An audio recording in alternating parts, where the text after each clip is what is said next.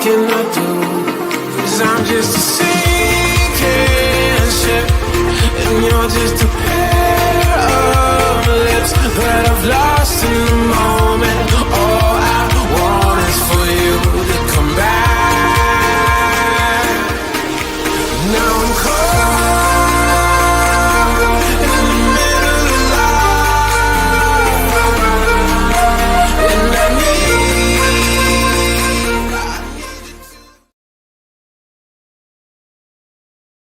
Greetings, everyone, and welcome to another edition of the Red Pill Diaries. I'm your host, your brother, and your friend, Rashid, and I'd like to thank each and every one of you for giving me another hour of your day and another day of your time. I'd like to thank all of you who took the time out of your day to listen to the show as we wait for K.J Noh to join us on the platform. All right. Shout out to everybody that's watching live, those who will listen later, and those who will download us later. I'm gonna go to the comments real quick because I want to address something until KJ joins us. Okay.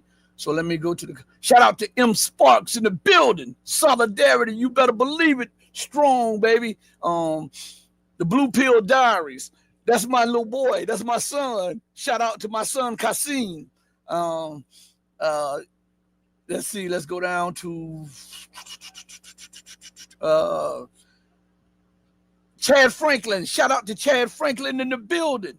KJ is always on point. You better believe it. And then he throws this in, which I thank you for that, and I'm humbled.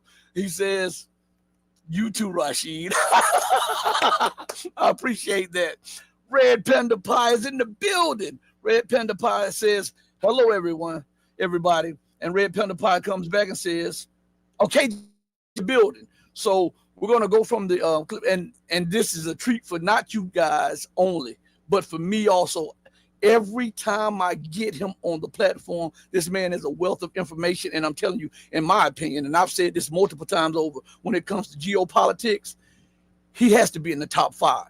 This guy is awesome. So I got to bring in my friend and colleague, K.J Noh. How's it going today? I'm doing well. Good to be with you, Rashid. KJ, the world, it seems like it's been, since you and I talked last, it seems like it's been turned upside down. We see Donald Trump fabricating intelligence to justify a war against Venezuela, which is and I think is a move to weaken BRICS because of the connection that Venezuela has with the BRICS, and it is also a way to punch at the low-hanging fruit on the tree, to show an example to everybody else that if you go this route of BRICS, we may use some other justification to invade you or bomb you because we're still a preeminent military power. What do you have to say on that? Yeah, I think definitely it is all about intimidation. It is also punching down, going after low-hanging fruit, picking off the pawns. And also it is definitely a threat against BRICS. Venezuela was the first country actually in Latin America to have relations with China. It started them in 2001. It had a strategic development plan with China. And then starting 2007, they had a joint fund for building infrastructure. So it's been really, really important. It's been China's bridge to Latin America, and the U.S. sees it as low-hanging fruit. It's a socialist inclined state, so they want to punch down, destroy it, take it out, and create as much havoc and pain and suffering as possible.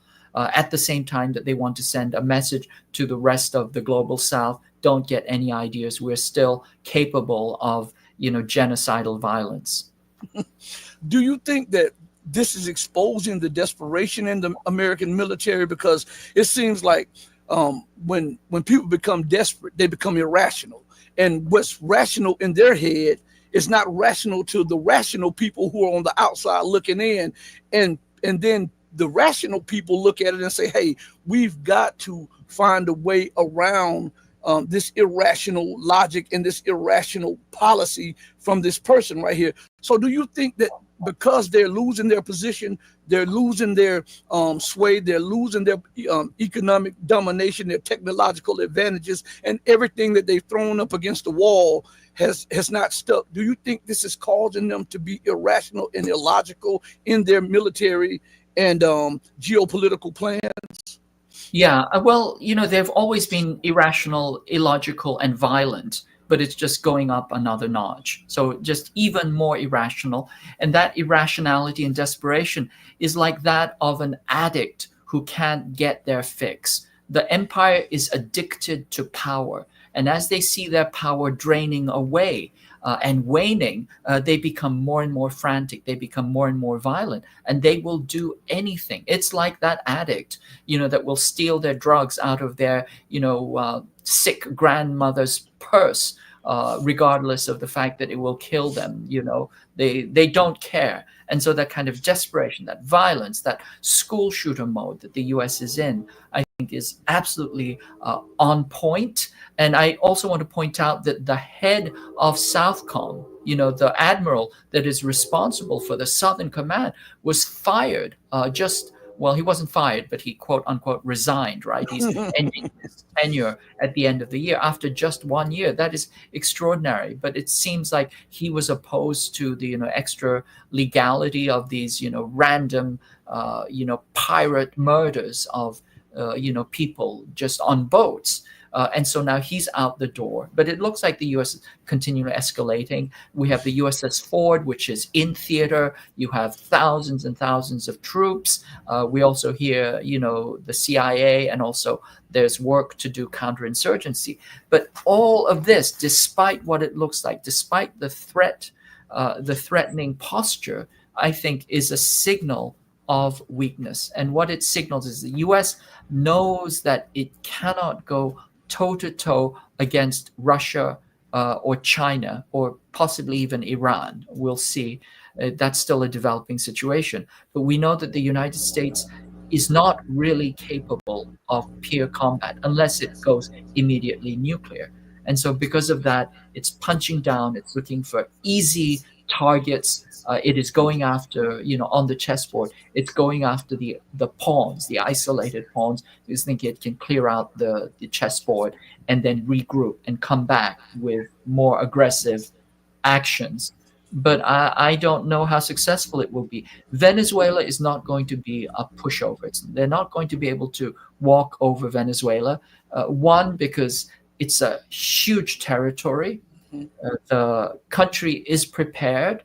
I believe that there are large sectors that are strongly unified, and it's both mountainous and jungle. And the U.S. does not do well in mountainous or jungle, war theaters. And so I think it's a big mistake, and I think they're in for a lot of surprises. And I think that both Russia and China are quietly behind the scenes supporting, but we'll see. But doesn't Venezuela have S-300 air defense systems and the Bastion coastal defense systems, along with some I think not MiGs but Su-30s fighter jets? I know that they have been building out their military. Certainly, it's not a peer competitor with the United States. Very recently, I think in 2023, they were delivered Chinese anti-ship missiles, and these are not, these are nothing to trifle with. And of course, the larger picture is the United States is going to have trouble actually replenishing its stocks, because it already depleted its magazine in Ukraine and on Iran.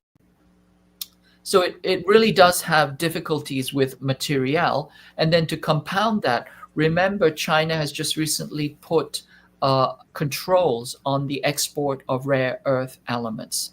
Now, rare earth elements, as people are starting to realize, are essential for everything that is electronic. Okay, if you want to think of periods of civilization, we can think of the Bronze Age, the Iron Age, steel during the first phase of industrialization.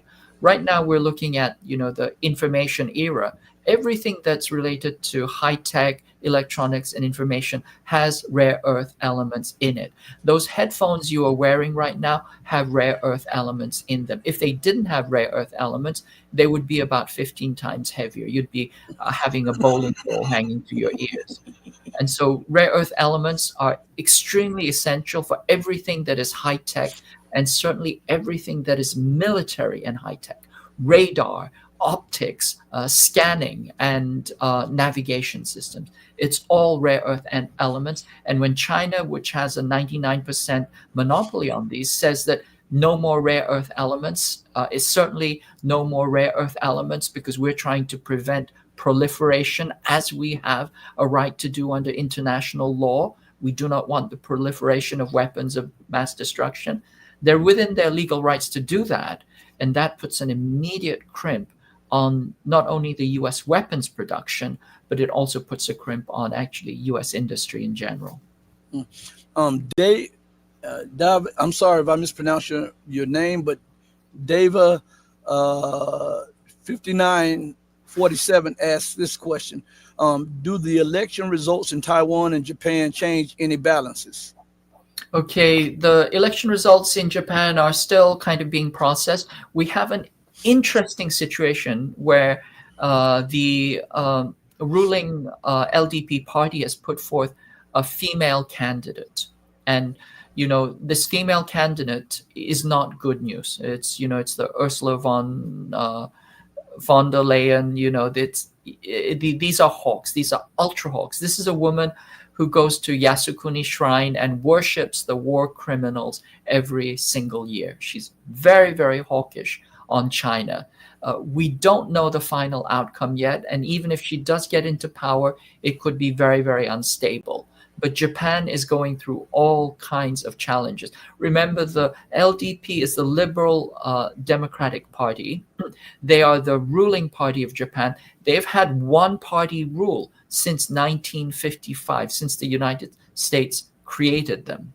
And they were created, this history is really important.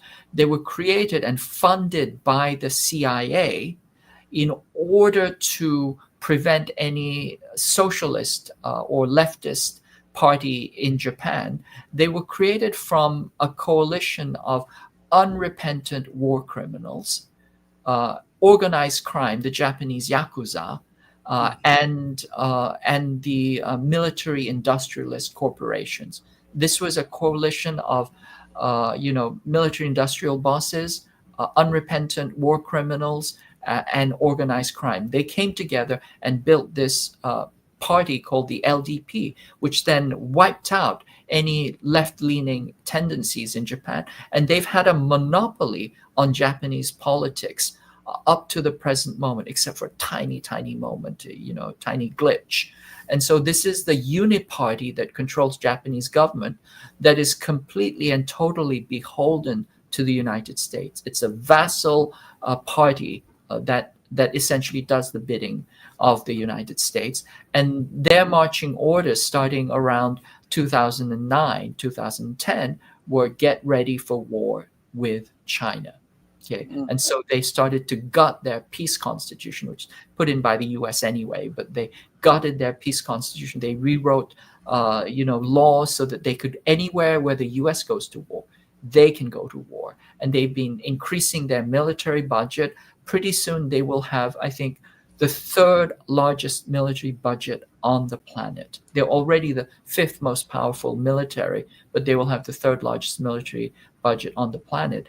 And during the Biden administration forced the South Koreans to have this military alliance with Japan called JAC, as Japan, Korea, US alliance. It's essentially for the Koreans who were colonized by the Japanese in this brutal fashion. It's like being forced to marry your rapist. But the US brokered this shotgun wedding between Japan and Korea. And all of that is to create this synergy so that they can have this massive force projection platform in East Asia to prepare for war against China.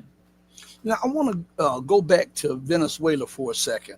The United States it seems like they've become so desperate that they're using anything. First when they wanted to attack a nation, it was terrorism. Then it was Al Qaeda. Then it was ISIS, and then it was Boko Haram and Al Sharam and all of these other instruments. Now, any intelligent person knows that the United States has been supposedly fighting narco terrorism for decades and has not eliminated any of that. And J.D. Vance says we don't care if we commit war crimes. Whatever he said, he didn't give a it. And those were, and I'm not using the curse word that he used about what they're doing are war crimes. In Venezuela, they're using drugs as a way to then delegitimize the leadership in Venezuela and in Colombia so that they can justify a military operation. What is the rest of the world saying and thinking about these actions of a depraved former global hegemon? Well, if you look at the mainstream media, they're just going along. They're just parroting the talking points, right? And they're saying, oh, it's narco terrorism, narco trafficking. We have to do something about it.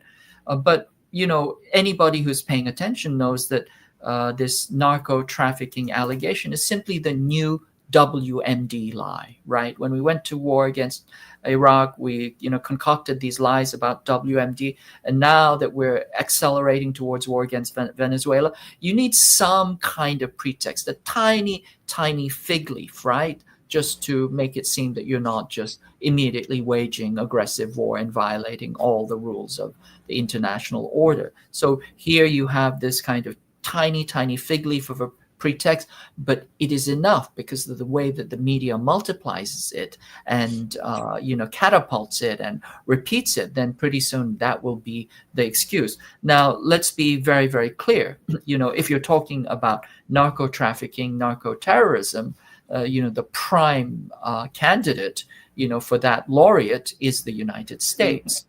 I mean, the Western imperial powers, they colonized China partially through the trafficking of narcotics. This was the Opium Wars, and they essentially brought China down. I mean, China had 100 million addicts, by the time of the revolution, because the West had engorged and enriched itself through narco trafficking. In fact, the entire system of capitalism is the history of the trafficking of addictive substances, starting with sugarcane, which is refined, becomes a highly addictive substance that was built on slave labor. And then you have things like coffee, tobacco, and etc. These are all highly addictive substances, or they're turned into highly addictive substances. They're refined until they become highly addictive. And then that's great for the capitalist entrepreneurs, because then you build in your own demand. When a substance is addictive, then you've created your own demand. And you see the same thing with the social media companies. The social media companies, they want to create their own demand. So they're designed to be addictive, this constant kind of internal addiction. It's a kind of dopamine fix that you're constantly seeking out. But the history of capitalism is really the history of the manipulation and the trafficking of addictive substances. And so in that context, the primary trafficker of narcotics is the United States. And it's done it specifically in order to fund and finance dirty wars. So it started out in the 1949, 1950s. It started what we refer to as the Golden Triangle in Southeast Asia, in particular Myanmar, in order to fund the KMT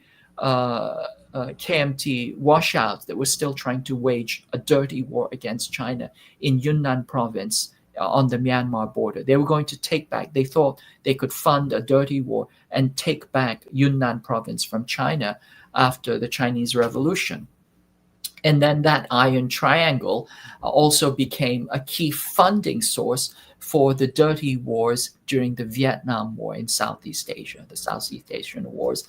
They were also funded through trafficking from the Golden Triangle.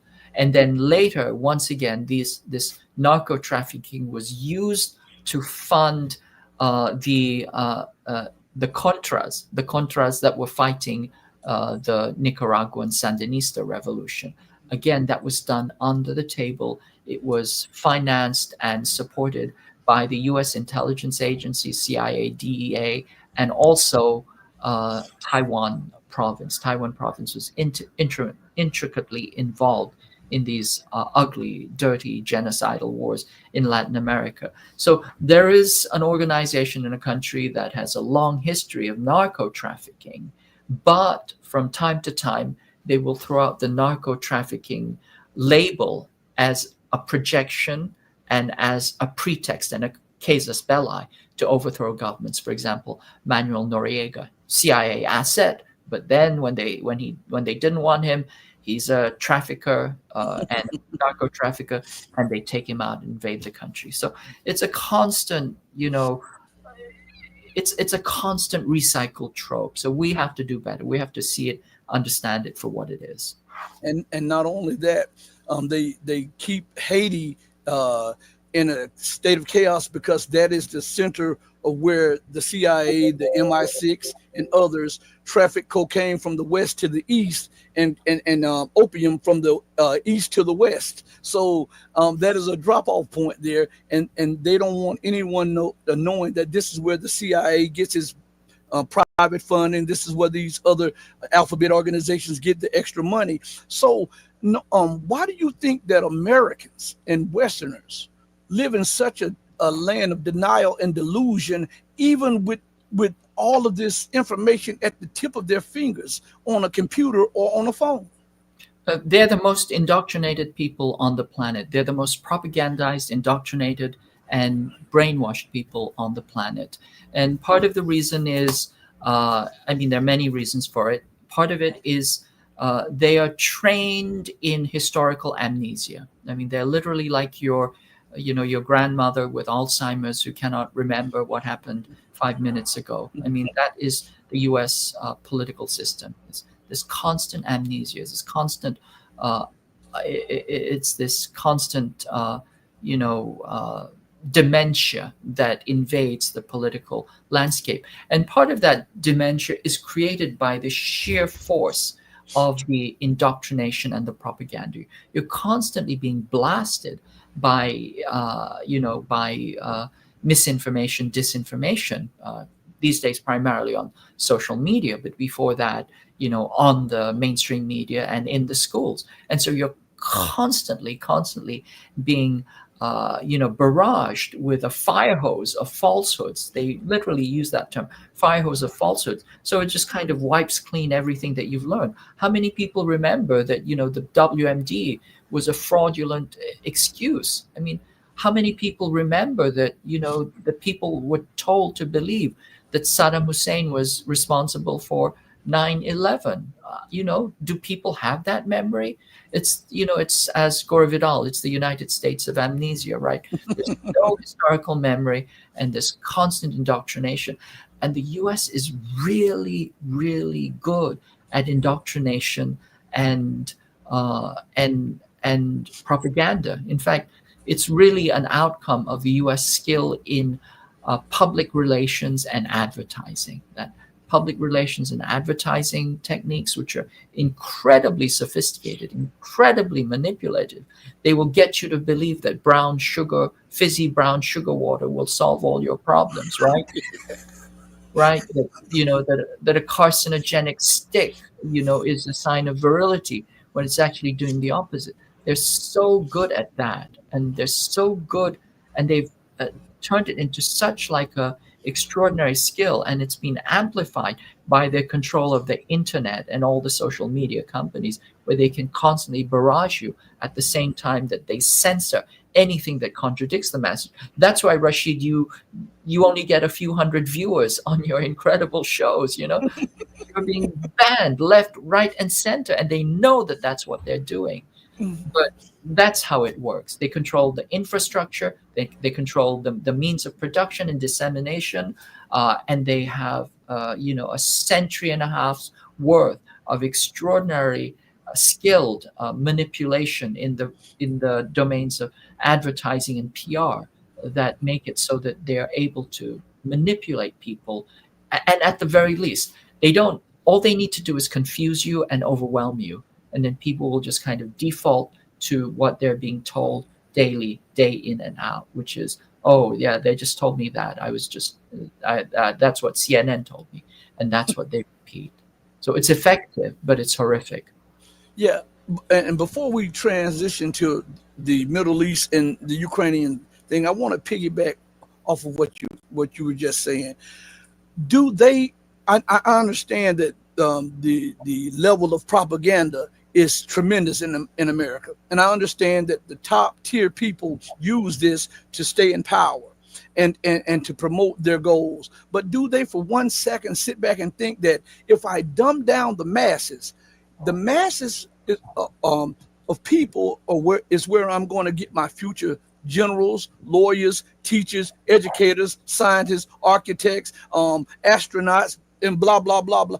And how, if we dumb these people down right now for expedient or instant gratification, how will that then play 10, 15, 20 years down the line for the health of the republic or for the nation? Because if you do that, as we can see on an even playing field, and the United States is slashing out because it's losing, you cannot compete with people who have been educated and not propagandized. So do they sit back and think that they are laying thermite at the base of the very republic that they're trying to keep as the global hegemon? You know, it's a deep contradiction, and the answer is yes and no. I think there's one part of them that really believes that the masses are dumb and they're just simply there to be exploited, manipulated, expropriated, and used. I think that there are elites that think that way, and they also believe that there is a sector of this population, primarily their own kin and kith, that will be exempt from this. You know, so like the Silicon Valley barons, they never give their kids any access to social media or, you know, tech devices. You know, they send them to Waldorf schools where they, you know, interact with nature and, you know, do things with their hands. And then they send them to elite academies like, you know, the Ivies. And there in the Ivies, they're exposed to all these different things. So they understand, you know, what the score really is. But the problem is, along the way, they themselves imbibe a lot of the SHIT that they're putting out. You're spraying it all day long, you're going to get some back on yourself. And so they start to become high on their own supply. They believe their own idiocy. If you look at people, you know, like the high-ranking leaders of the deep state, the Council on Foreign Relations, you realize that they write at the level of an 8th grader, and they at the level of a 4th grader, and they've imbibed all of the same lies that they've been telling. They've been telling these lies for so long that they start to believe it themselves. You know, one example is, you know, this notion of brainwashing. This was a trope that was created during the Korean War. And the reason why they created was, you know, the US was doing all kinds of horrific things during the Korean War. Of course, they were carpet bombing. They killed, 4 million people, 1/5 of the population, but also they were using chemical weapons, and they were also using biological weapons that they got from the Japanese. They took the Japanese biological warfare unit 731, and then they gave all of their scientists amnesty so they could create Fort Detrick, which is a U.S. Biowarfare plan. And they were there's very, very strong evidence, almost incontrovertible evidence that the U.S. was using biological warfare against North Korea and against China during the Korean War. Ceramic bombs, you know, fleas and insects appearing in the middle of winter, you know, people getting sick from strange diseases. When I was growing up, everybody had to get shots for encephalitis. That was one of the weapons that we think was used. It was encephalitis, cholera. We also had lots of outbreaks of cholera, bubonic plague, you know, etc. So there was clearly biological warfare that was being used. In fact, the hantavirus is probably one of the things that was created during the Korean War. But anyway, what happened was that the Chinese would capture some of these, air crew, and then later these air crew came out and they confessed that they had been waging biological warfare. Well, this was a huge scandal. It was a huge scandal for the United States. And they had to explain how could it be that, these red-blooded Americans, confessed to such extraordinary war crimes. So they created this myth that the Chinese had subjected them to incredible, intense psychological pressure, that they had actually had to come up with these lies at the cost of, total psychological disintegration. They were totally psychologically disintegrated, and then they were, and then the Chinese fed them lines, and then they, came up with these horrific notions. And therefore, the Chinese had unpacked the secret of brainwashing. And this is why the Americans confessed this. Well, actually, we know that and this is very well documented, the Chinese actually treated the captured prisoners really well, treated very, very well. There was absolutely, as far as we know, according to American reports, there was no physical torture. There was no mistreatment. They actually just, kind of talked with them. And then these people just came out with the truth because they saw what was going on. But they needed to do away with this. It was so delegitimating, especially in the Cold War period, that they created this mythology of brainwashing. And then they created an entire set of movies called, like the Manchurian Candidate, where somebody's brainwashed to go and kill, for, the communists. And then the CIA started to believe it itself. So they created this program called MK Ultra, which was about brainwashing, prisoners so that they could, make them do what they wanted to and do assassination, all of that stuff. So they started to believe their own lies, and they did some weird experiments in MK Ultra, etc. All of this is to say that the ruling imperial elite, they start to believe their own lies. They get high on their own supply. And they constantly dip back to these lies. For example, I don't know if you recall, but in the early 2000s, there was a journalist called Jane Mayer, and she wrote a series of articles for the New Yorkers called, Trip to the Dark Side. It was about the torture program, right? It was the torture in Guantanamo and Bagram, and how all of that, this is important. She says all of that was derived from a group of psychologists who had been reverse engineering the US program to resist torture,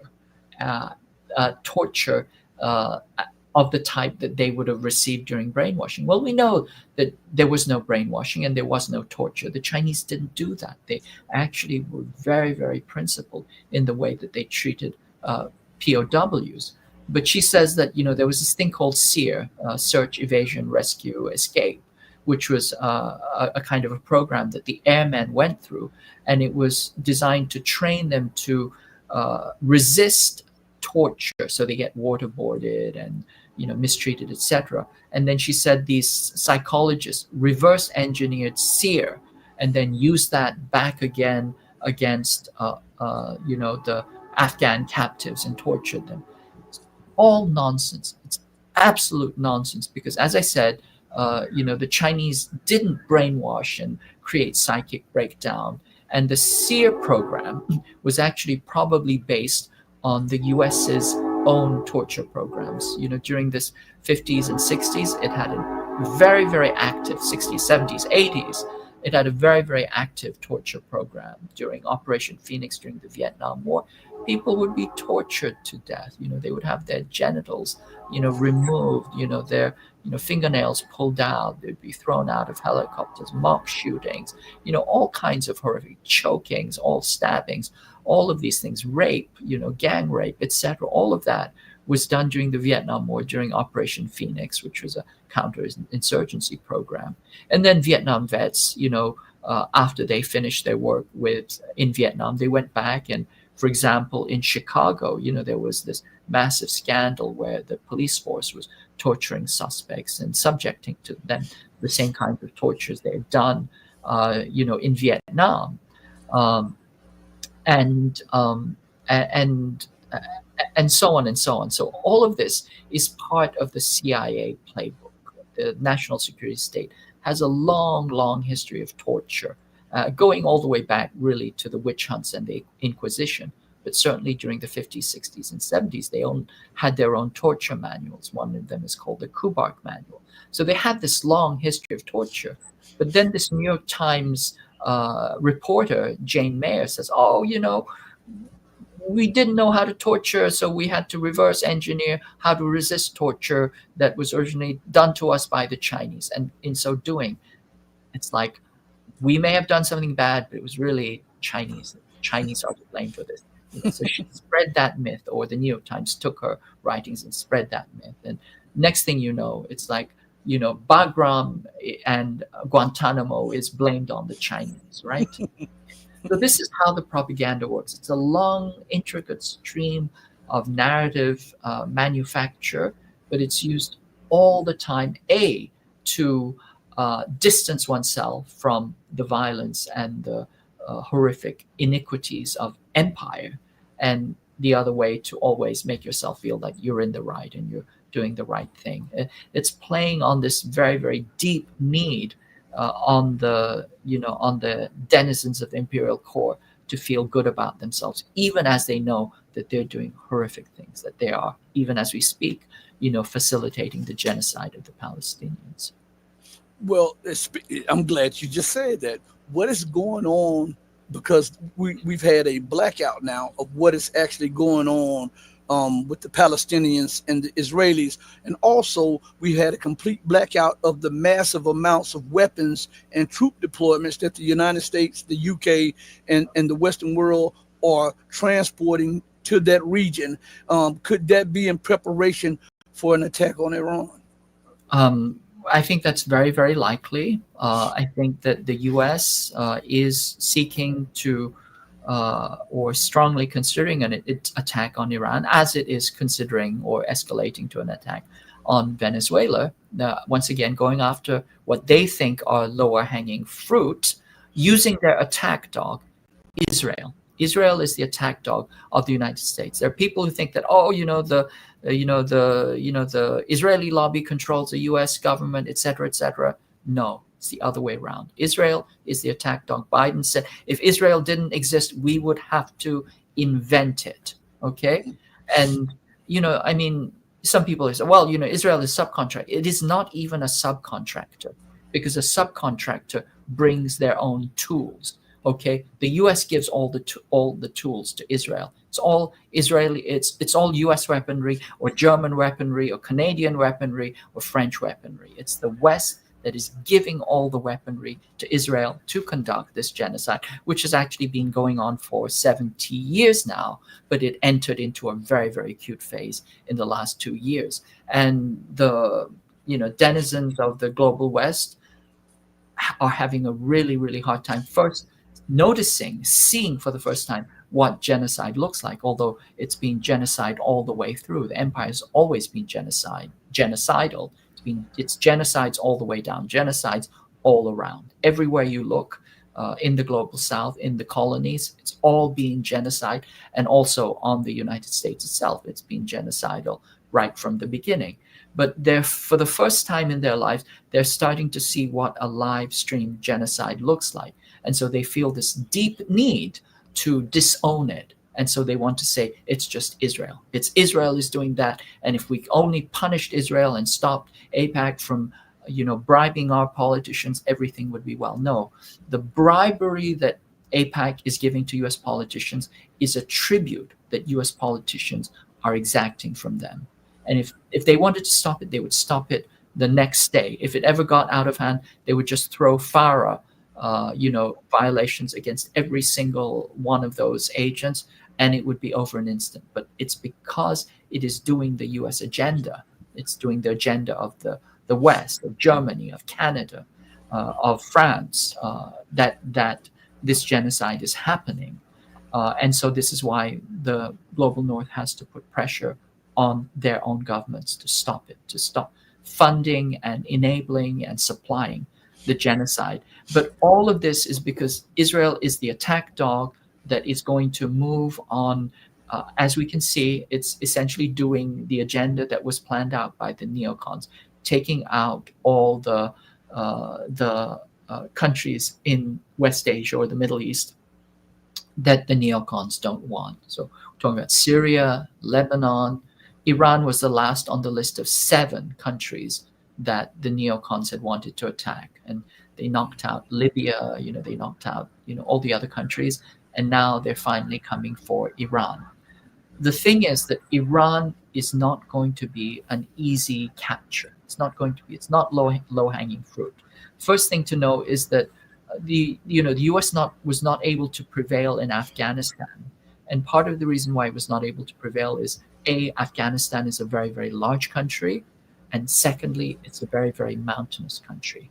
Well, Iran is 3.8 times larger than Afghanistan, and it is about as mountainous as Afghanistan is. So already, from a pure kind of geostrategic standpoint or geographic standpoint, it is not going to be an easy. It's not going to be a cakewalk, although they always think it's going to be a cakewalk. And then the other thing is that the U.S. and Israel, by attacking Iran, they've unified the country and prepared it for resistance. And the third thing is that Iran and Russia and China are the pillars of the global South, of the rising multipolar world, and I think that they will support each other. They will give each other the necessary support in order to sustain themselves. Certainly, I think there are all kinds of technology support that is already happening.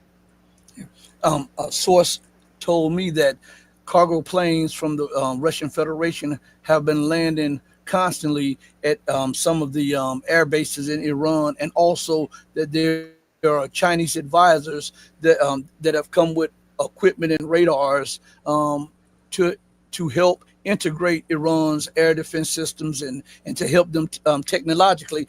And a lot of people don't know that the anti-ship missile that Iran used to use was a version of a Chinese CO-8 missile that the Chinese gave to them. And now, from what I've heard, that the Chinese has given them upgraded versions of those missiles and stuff to protect all the sea lanes in the Strait of Hormuz and the Persian Gulf. So with that said, this same person told me that they got it from the horse's mouth that if the U.S.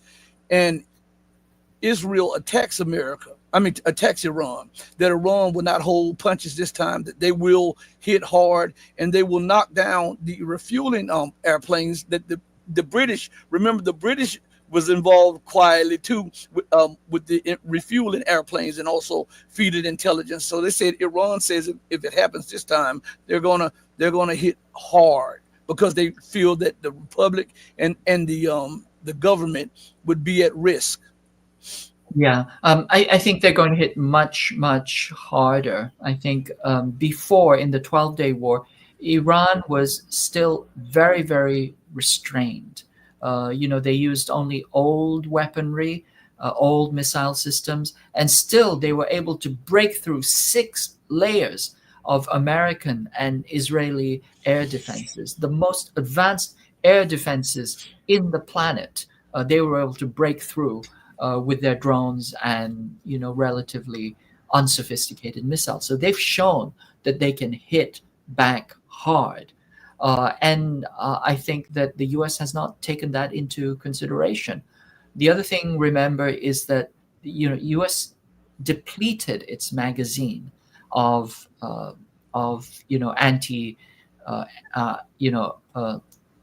anti-ballistic systems, and so this is probably the reason why they wanted a pause, because they wanted to reload the magazine. Mm-hmm. But once again, there's some key asymmetrical considerations that we have to think about. Iran is about 90 times larger than Israel. Israel is a tiny, tiny country.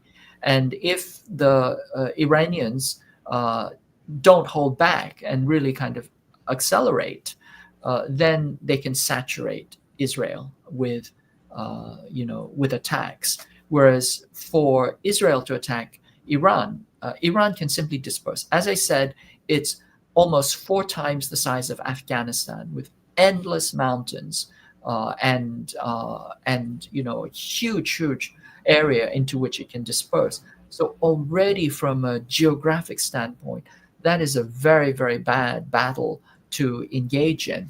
But also, we know that Iran has advanced missile systems. They have their own technology.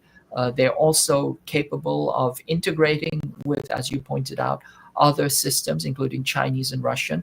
And these days, it's all integrated systems. It's all, what they call a kill chain, but you connect the radar to, the decision systems, to the weapon platforms, etc. They're capable of doing that. They're also capable, as we see, of jamming electronic signals, of making the electronic landscape very, very hard to penetrate. And yes, they could be capable of taking down refueling planes. So this is not going to be an easy battle for Israel or the United States. The Israeli war doctrine is something called, it comes out of the Yom Kippur War. If you remember, in 1972, Israel went to war against Syria and Egypt. And one of the ways that it did this is that it immediately attacked the capitals of both Syria and Egypt. That is, it attacked Cairo and Damascus. Initially, in the initial engagements, the Israeli military was being wiped out. But the U.S. had this plan called Nickel Grass. They, resupplied Israel, and then next thing you know, the Israelis were counterattacking, but in particular, the counterattacking the rear, in particular, attacking the capitals of Syria and Egypt, Damascus and Cairo. And this is the battle doctrine that the U.S. adopted. It's called air-land battle, which essentially is when you have an engagement, you do a kind of a shock and awe attack against the rear, and you take out command and control. And we saw this, for example, in the Iraq War. This was, the shock and awe in Iraq 1 and 2. This was the U.S. plan. The thing is, the counterparties are wise to this, and so they can also do a shock and awe. They can attack, the decision centers. They can attack the rear, and in the case of Iran, they're they can disperse much wider in a way that Israel simply just doesn't have that capacity because it's such a small region. Someone, I think I lost it here, but someone said it's, oh, here it is. Joel Bradford says, when Israel starts to lose again to Iran, they will resort to nuclear weapons. Well, if they did that, then Pakistan already said that the use of a nuclear weapon against Iran would constitute a strike against Pakistan, and Pakistan is a huge nuclear power, and Iran could use what nuclear fuel that it has to quickly constitute nuclear weapons to strike back. And Israel is only the size of the state of New Jersey, so it would not, and they would not even have to use nuclear weapons to wipe out the state of Israel, especially if they have something similar to Russia's weapon. What is it called? Hazelnut, the hazelnut weapon that hits like a nuclear weapon. So they wouldn't even have to do that. But I want to, because I know the time is limited, I want to go to some. What do you think about Malawi in Africa now saying that no raw materials will leave Malawi without being refined in Malawi, giving more jobs to the Malawian people, bringing industry and investment to Malawi itself? And we see that this is a trend that is spreading across Africa, and we see as independence and true independence spread, we see the influx of more terrorism. And one of the people on here ask me to go along with that. Fovo says, Rashid, I'm curious, what do you think about Madagascar's coup? Let us know sometime. So What do you think about what Malawi and the Sahel nations are doing and what just transpired in Madagascar? Okay, yeah. So the first thing is this is actually a good development. Remember, the way that colonialism and imperialism works is that it uses the global south as a source of raw materials, and it extracts them at a pittance, and then it takes them to somewhere else, and then it processes them, and that way the value added, which is really comes from the processing, is always accrues to the corporations of the global north. When you indigenize that processing, you move up the value chain, and therefore it allows the country to hold to contain more of the wealth. I mean, it applies for everything, not just minerals and raw earth elements, but even things like chocolate. If you produce the chocolate and you process it there, you're going to get a much larger amount of the value than if you were simply to export cocoa beans. So that is important, and this is actually what China has been doing all around Africa and the global south. It's been helping these countries build out their infrastructure and then their manufacturing capacity so that they can move up the value chain inside their own country. This is very, very important. And so Malawi is important because that it's doing that, but it has significant deposits of rare earth elements as well as other transitional metals and coal and minerals. And so it's a very, very important resource extraction area.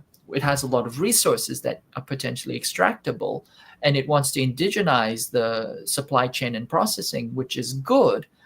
And it is also being subjected to undermining, because anytime you try and take sovereignty of your own national wealth, then the imperial powers try and undermine you. So that's the dynamic that is actually going on right now. As for Madagascar, that is yet another color revolution. It is it's essentially as the empire is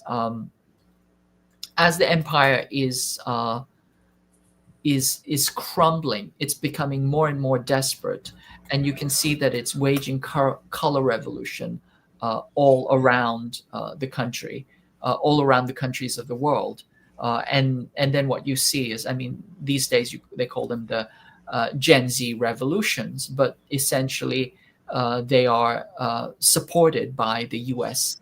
Imperial Center. They're funded by the NED or USAID or other U.S. organizations, and almost invariably they put in or they install a U.S. quisling, and we see this. I mean, the most another example, for example, is Nepal. That was another U.S. instigated color revolution.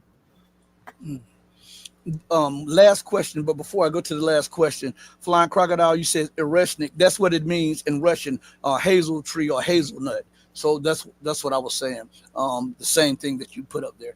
But last question, with America debt officially topping $38 trillion, no manufacturing, or little to no manufacturing, more nations leaving the dollar, nations selling their dollar assets, and we see rising poles of power and enraged and inflamed leadership of the U.S. and the West not understanding this.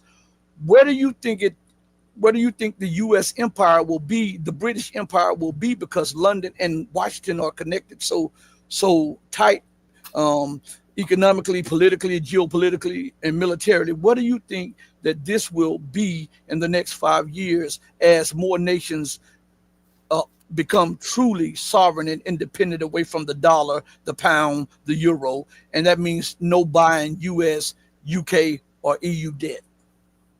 Yeah, so the city of London has been around for almost 1,000 years. It's actually a sovereign region inside London itself. The Queen cannot enter the city of London without permission from the the authorities of the City of London. But this is the center of Western global capital, and then it's tied in deeply with Wall Street and Silicon Valley and the U.S. centers of power. So this is what the ruling elite, they are seeing their global economic empire collapse around them. And it's been a long process. In some sense, it's been a 500-year process, but more recently, it's been a 50-year process of deindustrialization. Now, in order to understand the dynamic that's going on, you have to think of the game of Monopoly. Have you ever played Monopoly? Yes. If you play the game Monopoly, eventually what happens? You either win or you go broke. You either win or you go broke. And what does winning mean? That means controlling all of the land spaces, the valuable land spaces, and grabbing up a lot of the money that's available. Yeah, exactly. So you end up with a monopoly. That's why the game is called Monopoly, right? And this is essentially the same thing that happens with capitalist markets. Essentially, you get monopolies. You play the game. Initially, there's competition, and that competition is quote unquote supposedly effective, makes corporations more competitive and offer better products, etc. But eventually, one company will start to get a monopoly. And when it gets monopoly, it does two things. It gouges because it can, because it has the monopoly. And secondly, it, pardon my French, enshittifies everything.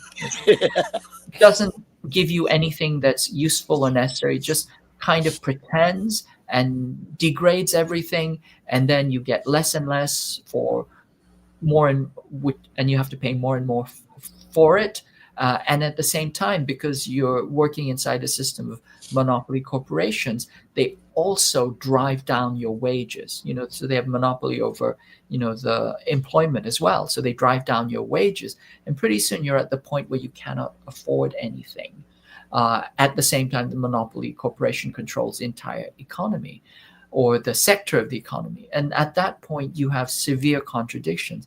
And the way to resolve that contradiction is to financialize. So monopoly corporations will financialize. They move into the financial sector. What does that mean? Well, it means that real estate companies buy up all the housing, and then they gouge you for rents. It means that Ford Motor Company or GM or whatever makes more money selling loans than it does actually making cars. In fact, it's really a financial company masquerading as a car manufacturing company. But the manufacturing is just a pretext to sell you the loan. In fact, these days, if you order a burrito on DoorDash, they will offer you, 4 easy installments to pay it with.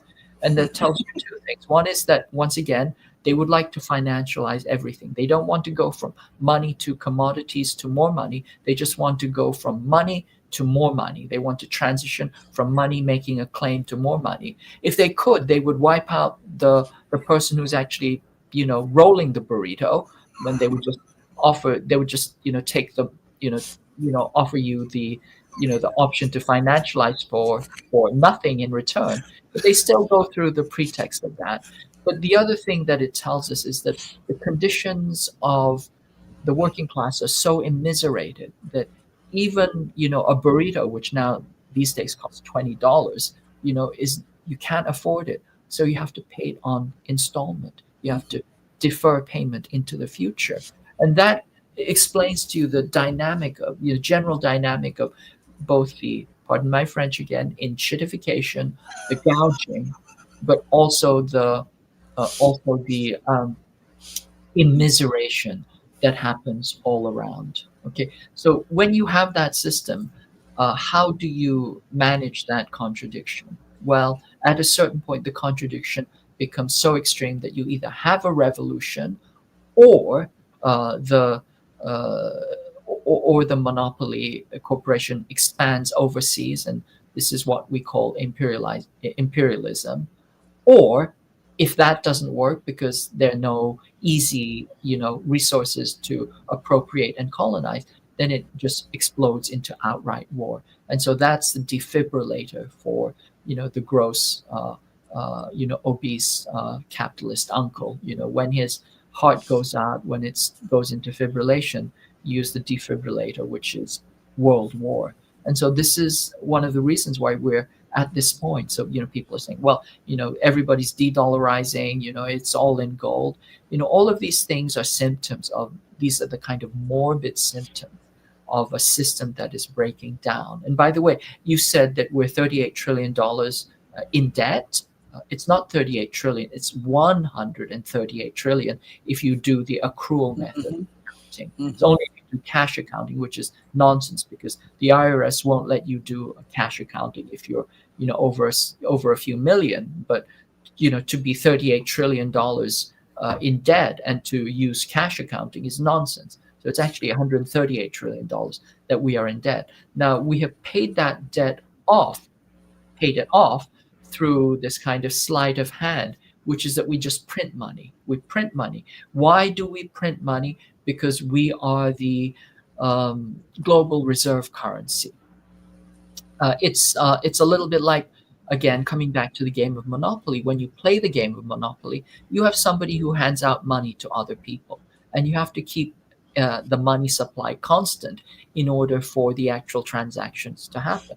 Well, the US gets to do that, and the reason why it gets to do that, it has this thing called the petrodollar, that it has made an agreement with the petrostates, or specifically Saudi Arabia, that oil has to be priced in dollars, and that transactions have to be done in dollars. So then that creates a demand for dollars, which then the US gets to print at will. In other words, very simply, the US gets to take stuff from other countries, get commodities, and instead it just gives them tiny slips of paper, because these slips of paper are used for other things as well, other transactions. Well, that system is breaking down. So countries are starting to de-dollarize. They're starting to do transactions in their own currency, swaps, etc. And so then there's less and less demand for the dollar.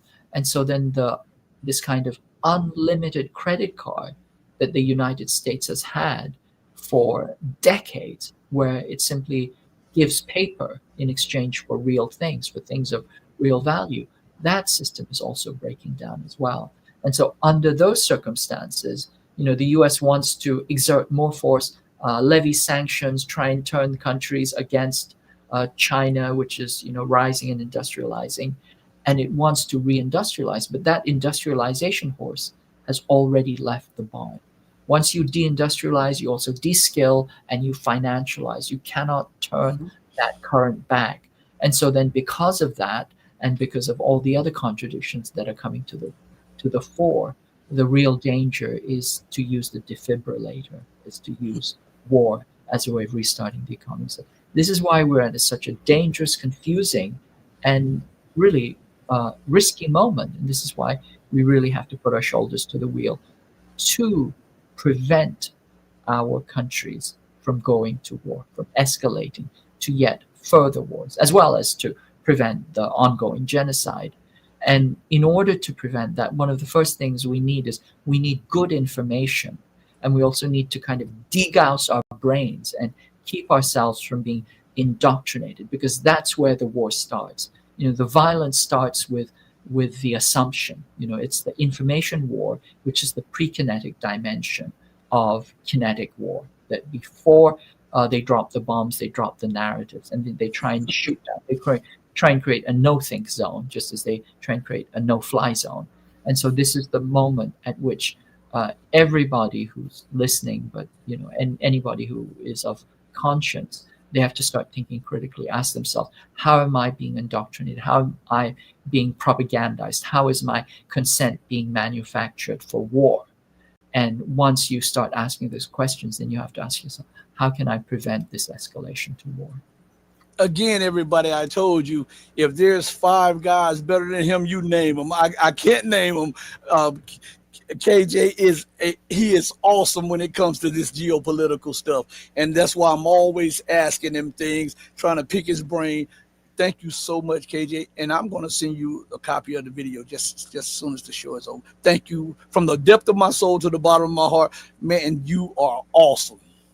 Thank you. Thank you so much, Rashid. And thank you for what you are doing, getting the truth out there and informing people about what they really need to know and be thinking about.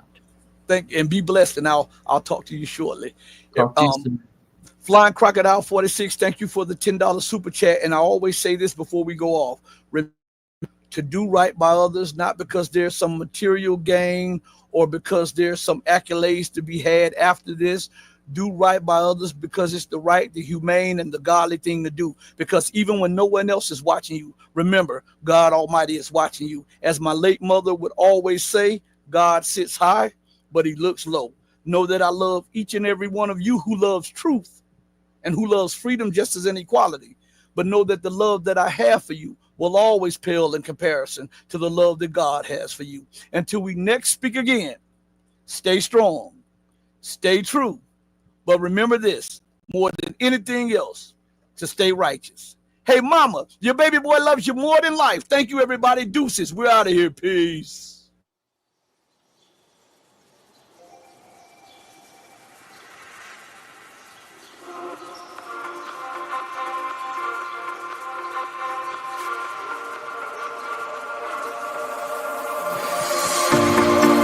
Told you to walk away.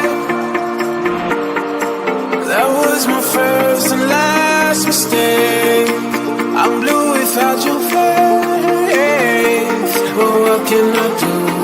'Cause I'm just a sinking ship, and you're just a pair of lips that I've lost.